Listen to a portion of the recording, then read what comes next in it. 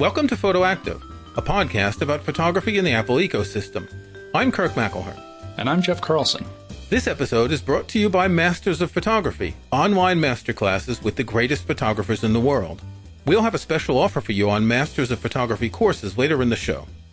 Before we begin, just a little bit of business. We've decided to change the frequency of this podcast from weekly to fortnightly, every 2 weeks. We'll still release on Fridays, but for a little while, because of commitments we both have, we'll be doing this podcast fortnightly.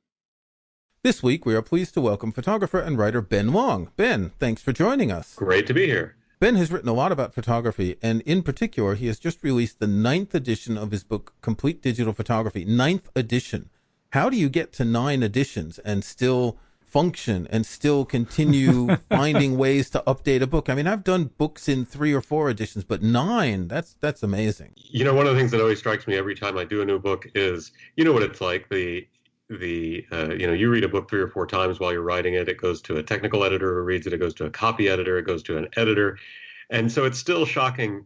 You know, I've gone through now 9 cycles of that, which means there've been, 40 different people reading this book multiple times. And still I can open it up and go, ooh, wow, that sentence is clunky. How did that get through over the last 18 years?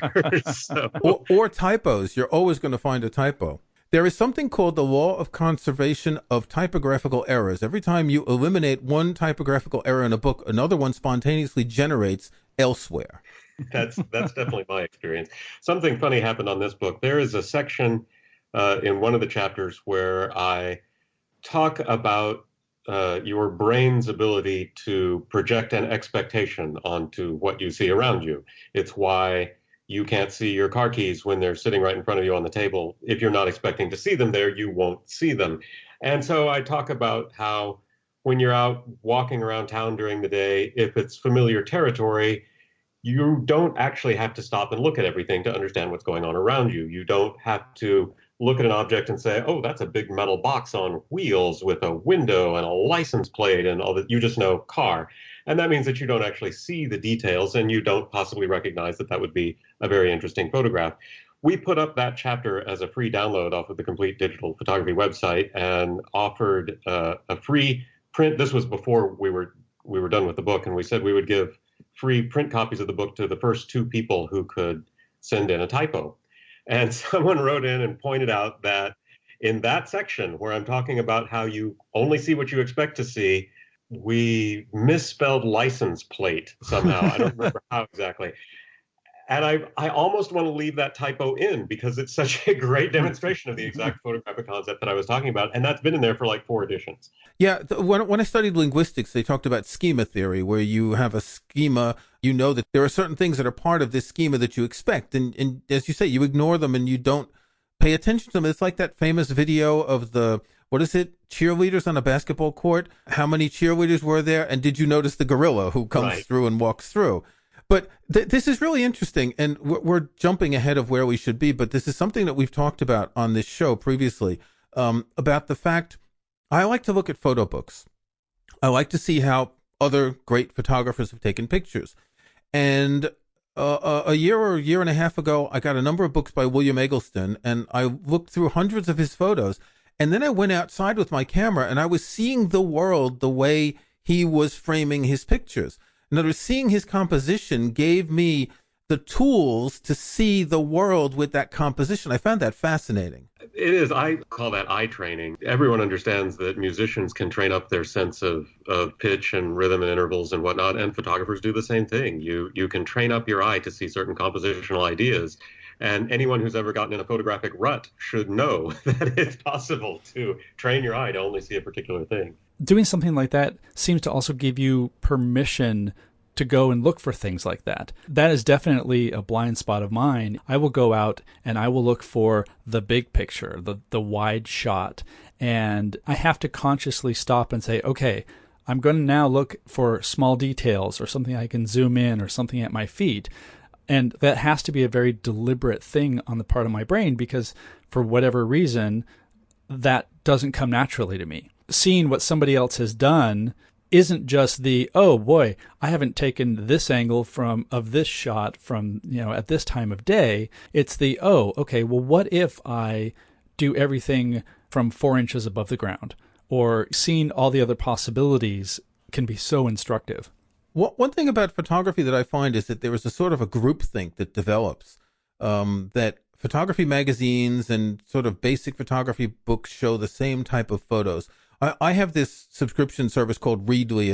I hate to say it's a Netflix for magazines, but that's what it is. There's like 3,000 magazines, and there's like a dozen photo magazines, and I flip through them very quickly. And you get all the same types of photos. You get all the same types of portraits and close-ups and landscapes. And the one that I particularly don't like is these portrait mode landscapes where there's a castle like way in the back, but all you see these big rocks in the foreground, and I just don't get that point of composition. And they keep showing this, and the only way to get out of that, as you say, get out of that rut, is to look at books by photographers, and we've talked about that many times on the show. I think my best investment in photography has been my library of books by photographers to show me ways that one can create pictures that aren't like this stuff that's in all the magazines. I agree completely. It's a strange thing about photography. I noticed this teaching. You can walk into a beginning to intermediate photo class and say, who are some of your favorite photographers? And you'll get these just blank looks. And maybe, someone will go, oh, Ansel Adams, because it's the only name. But I know if you walked into a writing class and said, who are some of your favorite writers, you would get passionate responses. For some reason, photography does not get the beginning photographer interested in looking at the history, and I can't figure out what that is. Why not? Well, most people, again, we'll get back to talking about your book in a minute, but I think this is interesting. Most people get into photography because they got a camera and they want to take pictures of a vacation of their family, or they've got a phone now and they're taking pictures, and they don't come into it through the art door. They come into it through the memory door. So they're interested in capturing reality. They're not interested in interpreting reality and creating something artistic. So it's not entirely surprising. I'm wondering when somebody's going to jump in and say, who are your favorite photographers? And they'll be like, oh, well, there's, at Smileyhead and at X43211. Boy, like her work is amazing. Do you guys know the Instagram account Insta Repeat? It's actually Yes. Insta_repeat. Yes. It's I don't know who it is, but they gather, they troll Instagram and look for people who have composed the exact same shot. And it's astonishing how much stuff they find. And at first you can look at that and go, oh boy, these poor losers, they're so uncreative. And I actually have a different take on it. I think it's a fantastic example of how we all have an innate sense of composition. The fact that so many people recognize the same image shows that there's just something about the human brain that likes to see certain organizations in certain ways. And I think it's good for people to know that, because if you're intimidated by composition, I believe that the process of learning composition is not learning, golden ratios and Fibonacci series and all these diagrams you see. It's not about learning composition. You already know composition. Everyone already does. It's about learning to tune into that part of your brain that does know how to balance things and recognize particular relationships. Every time I see that golden ratio thing in a magazine, I'm like, okay, this is not how it works. You don't go out and plan this. You just happen to find a photo afterwards where you can fit it on. But it's not how it works. And this rule of thirds is not a rule. It doesn't exist. Get rid of it. Yeah. That none of these things exist. And we've talked about composition a number of times here. But it is interesting because you could use machine learning to take those repeated photos of the same place to find the ideal composition of what non-artistic photographers want of a particular site. And it is a good point. Okay, the person putting their hands up to hold the Leaning Tower of Pisa, or the thing where they're pointing at the moon, or a particular thing. And it's true that there are a lot of those cliches, but people do shoot those exact same photos. Yeah, one thing that's interesting about Insta Repeat is looking through it going, well, actually, some of these are nice photos. Oh, yeah, definitely. That everybody recognizes, which is, Yeah. It's great that everyone can recognize them. So who are some of your favorite photographers? Oh, boy, I'm terrible at these kinds of questions. You started it. I get stuck in overthinking it. People ask me, if you could come back as any animal, what would it be? Well, I don't know. Am I coming back somewhere, where I'm underwater? Then I want to be a fish. My favorite photographers really vary depending on mood and also I think what I've been looking at recently. You know how it is. You look at somebody and you're really into them for a while. Lately, probably just because I bought a couple of books that I really like. There's a Finnish guy named Pentti Samalahti who I just can't stop looking at his work. Most of it's black and white. He shoots this very odd, really wide aspect ratio. And because he's living in Finland, it's mostly snowing all the time. And I think one of the reasons that I have an affinity for his work is because shooting in the snow is so much like shooting desert, which is really my favorite place to shoot. But he's got I don't want to try and describe what he's doing. You can find his stuff We'll all. put links in the show notes. Gosh, who else? Sticking in that kind of landscape vein.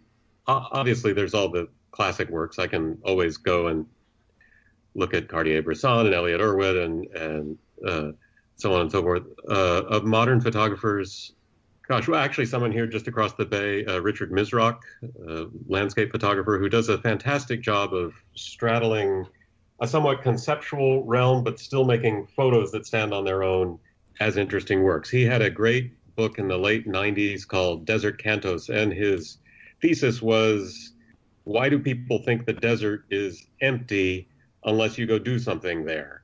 Why are people only interested in the desert if you're landing a space shuttle there or having Burning Man there or dumping nuclear waste there? And so he built a project of shooting that idea, which is a pretty conceptual idea, but the photos that came out of it actually just stand on their own. His kind of next biggest work is something that you really have to see in person. He lives in Berkeley with this incredible view out the Golden Gate. And so he took these large format, I think they're 8x10, pictures of the sky and printed them to be ridiculous sizes, like 10 feet wide. And all they are photographs of color gradients. There's nothing, he doesn't have the bridge. It is just an empty sky. And that also sounds really conceptual and art schooly, and it's a little more, I like abstract photography, but that's pretty abstract. And yet you look at them and you just fall into them. They're incredible. And they do a really nice thing of helping you recognize something that you don't really know is there. That's what I find interesting in photography. Jeff was talking about the details. He said on a previous show, him and his wife went to Hawaii, and he was taking all these panoramas and vistas, and his wife was taking all these close-ups and details and all. And what I find interesting in photography, and back to William Eggleston, is you see things that you didn't know were there, or you see things that you didn't look at because they didn't seem interesting enough. But when you do look at them, in the frame of the photograph, all of a sudden they take on a certain level of interest. Absolutely. And, that's one of the really fun things about teaching is to send a dozen students into the same environment, and to see that they all come back with something else. All come back with something different. I think people can get really in their heads about, well, I find this for myself. You go out and you see the world the way you see the world, which means every photo you take looks like a cliche to you. Mm-hmm. And this is why it's important at times to shoot around other people, because it's nice to find out that, I actually do have a vision. I do see things differently. Doesn't mean it always produces great images, but at least I don't have to worry about, everyone notices this. Why am I taking this picture? No, everyone doesn't. Okay, let's take a break, and when we come back, we are going to talk about your book a little bit more. Masters of Photography is a unique online learning platform that brings together some of the world's most acclaimed photographers, the Masters. You can enjoy an unprecedented insight into the way these photographers work during intimate lessons that capture their knowledge, ethos, and philosophy. I've taken the Masters of Photography course with Joel Meyerowitz, one of my favorite photographers, and I was impressed by his passion for photography and his desire to transmit his knowledge to others. With more than 5 hours of video and 34 lessons, Joel Meyerowitz discusses technique, inspiration, and his career, and gives some practical tips about shooting in the street, taking portraits, and even still life photography. I strongly recommend this course with Joel Meyerowitz, and Masters of Photography has a special offer for PhotoActive listeners. Get 5% off any course with the code PhotoActive. Go to mastersof.photography and enter the coupon code PhotoActive, or use the link in our show notes. That's mastersof.photography. I really enjoyed this course, and I think you will too. Okay, so we're going to talk about your book because it is really quite impressive. Most photography books focus on a thing, a little thing, how to shoot landscapes or how to shoot portraits or how to make money on photography or something like that. And what you've done is you've created a book, and the title kind of gives the hint, Complete Digital Photography. I wouldn't say it covers everything about using a digital camera, but it's pretty darn close. This is the kind of book that a beginner who wants to take the time to really learn things will find that this is literally a course in photography, and someone with more advanced knowledge is going to find a lot of details as to how to do more advanced things. Why did you craft a book like this to be so comprehensive? The first edition of this book came out, I think, in 2000. That was the year that Canon shipped the D30, the first digital SLR that was under $5,000. That was the very beginning of what was going to become an onslaught of digital SLRs over the next 15 years. And so at that time, the digital photography was in a very, very different place. There were no camera phones. Point-and-shoot digital cameras were pretty useless in terms of doing any real work because they had such bad noise problems. That first digital SLR that Canon introduced at the consumer level, $3,000 for a 3-megapixel SLR that kind of had a usable ISO 1600. So we were, really at the beginning, but it was attracting a lot of people who had never taken a photography class before. And so it seemed like at that time there was an audience for, I've got to start at the beginning. I don't know exposure theory. And along the way, I also am not that comfortable using a computer. So it just felt like there is a need for your one-stop shop, learn it all. And I also feel like to try to teach someone shooting without, from the very beginning, encouraging them that post-production is something you need to be thinking about while you're shooting, just the way that film photographers did it. I'm exposing this with the idea of printing it a particular way. Well, you need to be exposing your digital photographs with an understanding of what you can do with them in post-production. So I feel like you kind of need it all in one book. It's not that different now when you think about it. Someone who's never really had what I call a real camera as opposed to a smartphone, they want to get into photography. They've been shooting with a smartphone, but they really have no idea what they're doing because a smartphone is a point-and-shoot camera. So Right. Once you get to a camera that has buttons and dials, it's true that most people don't know what to do. And I see this in a couple of Facebook groups. I use Fujifilm cameras. I'm in a couple of groups, and you get some new people. Oh, I just bought a X100F, and what do I do? And all these people that read the manual, and it's like, you don't read manuals. Well, I do, but most people don't read manuals, and they're not very useful. But it's true that people will come in without, they just don't know anything. And what I like about your book is not only do you go through the exposure triangle and how to work with flashes and things like that, but you explain how the sensors work and how the light comes in the camera. And I think a lot of people are maybe going to skip over that sort of material, but for those who want it, it's not the kind of thing you see on the internet in photography articles very often. Every time we go to do a new edition, I think about those first couple of chapters that are about how your eye works and how your sensor works. And every time there's a push to cut pages, and I think, well, maybe these should go. And every single time I reread them and go, no, this is important for a couple of reasons. One, knowing how your sensor works, some of that theory actually does come up as you get into more sophisticated edits. Knowing how your eye works also means knowing how your brain works and how your visual system works and where some of your stumbling blocks are in terms of being able to see things and recognize things. But also, I feel like if you're a creative person, you should be someone who's curious about things. And even if I couldn't tell you a practical money-making reason to know how the human visual system works, as a creative person, you should want to know anyway. And I feel almost like reading those chapters is about practicing the process of being an investigative, curious, creative person out in the world. Yeah, and because not everyone knows what the different terms that are used mean to start with, what the buttons mean and what the dials mean and all that. And of course, it's different on every camera, but there is a general vocabulary that's the same.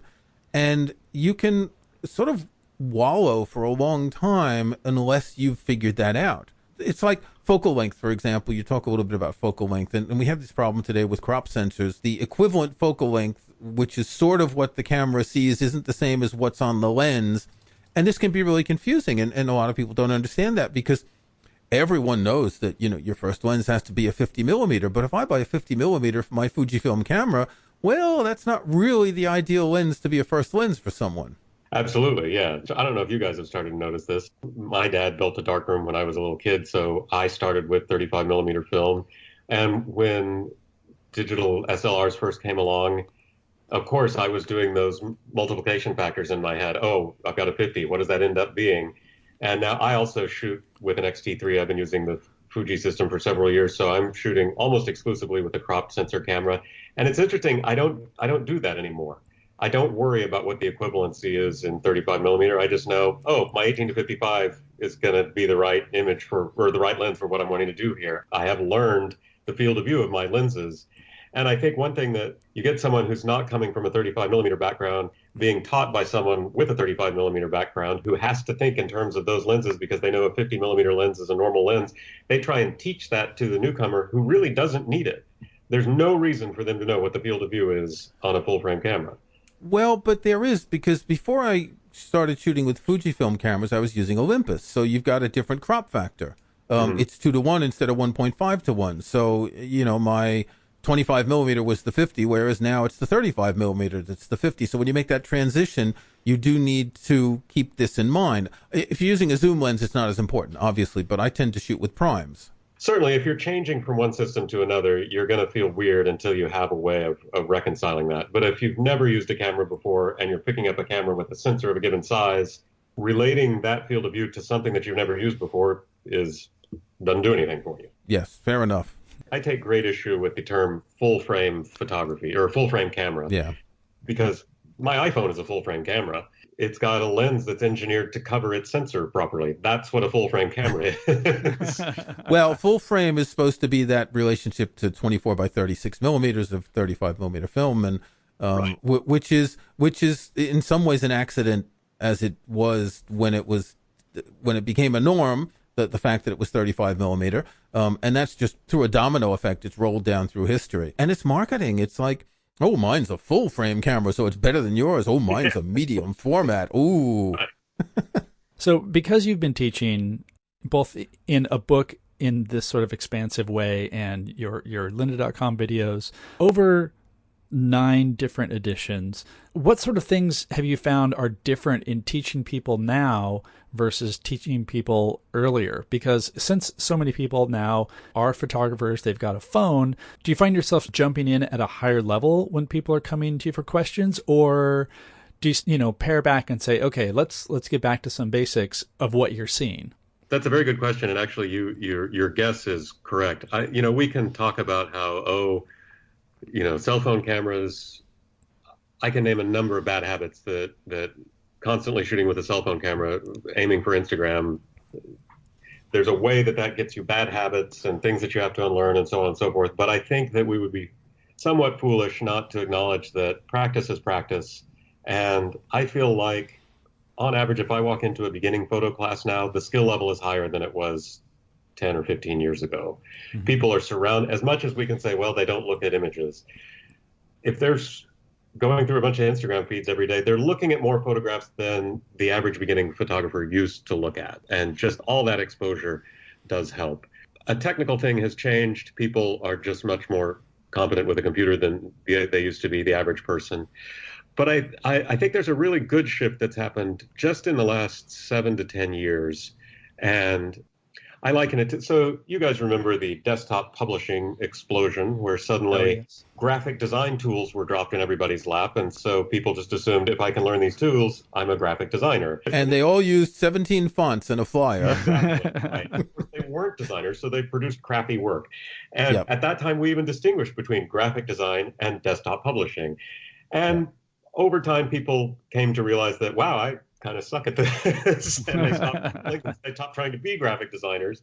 And now things shifted back. There is no longer the term desktop publishing. There's just graphic design. We know that you use these tools to use it. And to be good at it, you need a certain level of training. I feel like the same thing happened with photography. Digital cameras, and particularly Photoshop, dropped instant craftsmanship into everyone's laps. And so they thought, well, now I'm a photographer. And they went out and started to work and were feeling good, as you do as a beginner. And then your aesthetic develops along with your skill. And as your aesthetic develops, you start thinking, wow, I've got a long way to go. And I feel like in just the last 7 to 10 years, we've come around to people understanding being a photographer is not knowing how to use a camera in Photoshop. It's about a lot more than that. And I want to learn that. And I've been very pleased to find that in general, people come into classes understanding that it's about more than button pushing. There is a consciousness shift that needs to happen. And that, I think, has been the biggest change. And I personally feel that's really good news. But the people that you're teaching, why do they want to learn photography? Is it because they want to document their family or their vacations, or do they have aspirations of being more creative? That really depends on the venue you're teaching. If you put up a workshop on composition, you get people who want to be creative. I teach every year a series of workshops for public school teachers in Oklahoma, where public school teachers aren't paid anything, but they get to come to these workshops for free. And there I get a wide range of things. Some of them are wanting to use them as teaching tools. Some of them are, I'm the yearbook editor. I need to have my kids shooting better. And it's interesting because they come in saying, well, that's what I need to do. But once you sit down and start working with them, no, they all want it as a creative outlet. If you just give people the chance, they all, they look at the computer next to them and go, wow, their pictures are a lot better than mine. I want mine to look like theirs. Not because they're better at reporting something or recording something. They just want that. So I think maybe the answer to your question is both. Even the person who wants to just document things, when you let them relax into it, maybe all they want to do is document things, but they've shifted to, and I want that documentation to be very artful and expressive. It's kind of interesting because photography is one of the few creative endeavors that pretty much anyone can get started with quickly. I mean, learning a musical instrument is an arduous task, learning to write or paint or anything else, whereas we all know how to push that button or tap the screen to take the picture. And it's not that far for someone who's really interested and really willing to look into it to go from taking a picture to making a creative picture with the intention of creativity. I agree. I have a friend who's got a PhD in music education, and he told me years ago that the difficult thing of teaching someone to play a musical instrument is that it's so long before they get to be musical. There's just so much foul sounding drudgery you have to go through. And the great thing about auto modes on the camera, and this is how the book is structured, the first shooting chapters are put your camera in auto mode and let's go practice, because there's plenty you can learn in auto mode about composition and camera handling and so on and so forth. And you can at least come back knowing that you're not going to have a technically flawed photo. So you can start feeling creative and actually being creative. And it's just a lot more fun than those disciplines where you have to actually develop your craftsmanship before you can even begin to try to express something. Yeah, tell me about it. I know, I know well about the musical part. It's interesting that there is such contempt for using auto mode among real photographers. Yet, I read an interview with Martin Parr recently. He shoots auto mode. He even said in a podcast interview, "I have never processed a file in my life." He has minions to do it for him, but he doesn't care about that. He wants to get the composition he wants to get, and he lets other people deal with the rest. You hear about photographers who spend all this time in Photoshop and layers and masks and dodging and burning, and here's a guy who's, one of the great photographers, and boom, auto mode, and hands it over to his minions. I find that quite interesting. I have a friend who years ago got to assist Jerry Uhlsman in the darkroom, and Uhlsman, of course, was before the era of Photoshop a compositional master, and he would build these wildly intense composite photos, and he did it by lining up a whole bunch of different enlargers and having his negatives and paper already in place. And it came up in class that there are photographers who don't print their own work. And some student was appalled that, well, how could you shoot it and not do the darkroom stuff yourself? And Uhlsman said, oh, I hate shooting. If I could get someone else to go take the pictures, I'd gladly do that.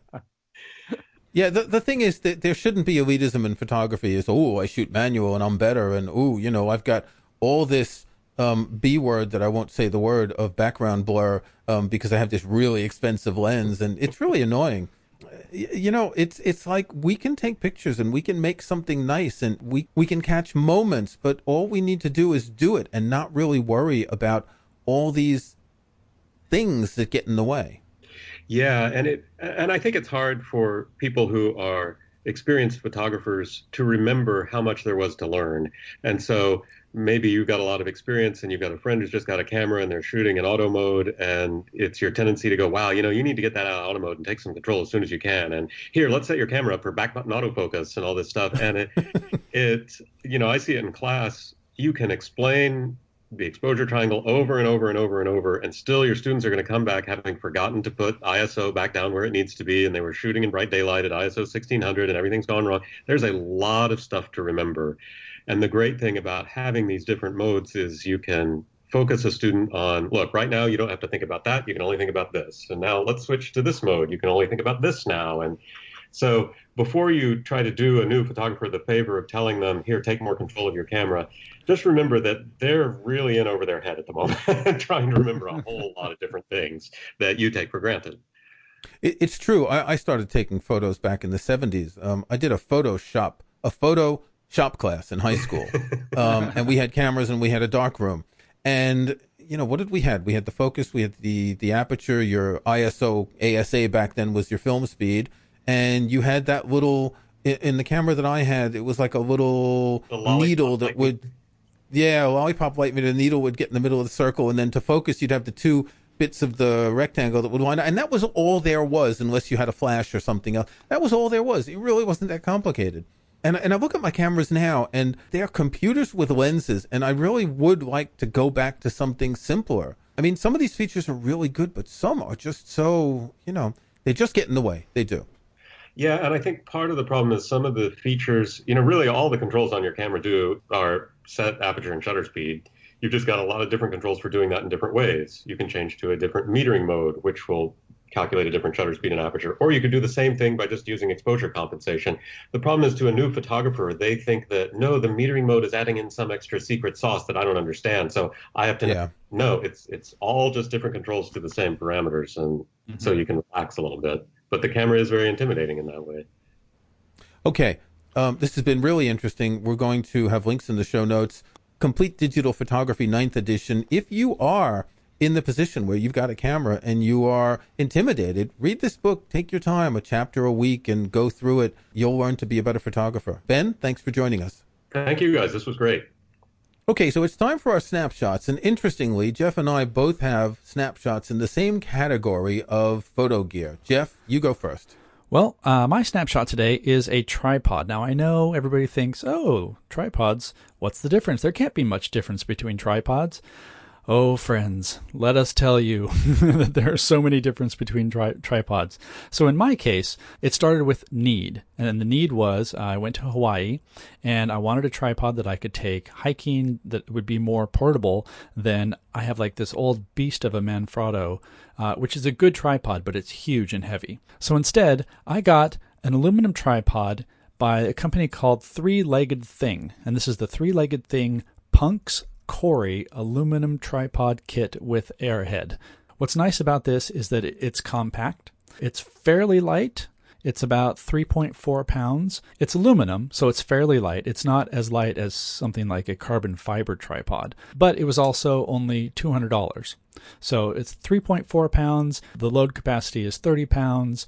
It goes up to 58 inches, and when it's all folded and compact, it's 13.7 inches. So I was able to just attach it to the side of my Peak Design backpack and carry it literally anywhere I wanted to go. So, Kirk, what do you have this time? Well, I have a tripod as well. I had, I think, a Manfrotto tripod like you, and it was a bit bulky and heavy. And I saw this tripod from Vanguard. It's the Alta Pro 263AB. You'll see that Vanguard has a whole bunch of different tripods. And the main difference is the material, whether it's aluminum, whether it's a carbon fiber or whatever it is. And when I saw this, it was on sale, and I figured I would grab this because it has a feature I really like. A tripod, as everyone knows, it has that pole that comes up the center, but on this, you can also raise the pole all the way and then tilt it on an angle. Aha. So this means that I can, for instance, yesterday I was shooting something in the kitchen, and I needed to shoot down onto a worktop surface. So I was able to have the tripod with the top pole out, parallel to the ground, and the camera pointing down. You can get any angle. You can tilt the legs to like 25 degrees and then have the central pole come out on an angle to, say, get a close-up of a flower that's right near the ground. So you get a lot of positions with this sort of tripod. It's a lot heavier than yours. It's a little bit more than 5 pounds, but it does go up pretty high to pretty much 6 feet high, I think. I'm 6 feet tall, so when I put it up to the maximum height, it's fine. It's not the kind of tripod you're going to take when you're going hiking, but for a multi-purpose tripod, I find it really good. I find the options for moving it around really useful. It's got a ball head, it's got a level, it's got so many different knobs for adjustment that every time I use it, I have to try 2 or 3 to find which one is going to make it turn or raise or lower, etc. It's not that expensive. On their website right now, it's £130, so about $130 or something like that. And I think that's what I paid when I got it on sale last year. My Manfrotto sort of has some of that capability, but you basically have to take it apart if you want to do that vertical thing, which occasionally has been worth it, but usually it's just a big pain. So that sounds really versatile. It is. And again, I'm not going to take this anywhere very far, but I do like to shoot things in my garden, particularly flowers. And I shoot product photos sometimes for articles that I'm writing. So it's really useful to have this option. So this is the Vanguard Alta Pro 263AB. We will have links in the show notes. Thank you very much, Jeff. We'll see you all next time. Thanks for listening to Photoactive. You can find show notes, including any photos we discuss in the show, at photoactive.co. That's photoactive.co. We couldn't afford the M. You can subscribe to Photoactive in your favorite podcast app or in Apple Podcasts. See the links on our website.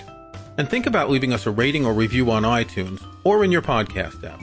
Don't forget that you can get 5% off any course at Masters of Photography with the coupon code PHOTOACTIVE. That's PHOTOACTIVE in one word. Until next week, thanks again for listening.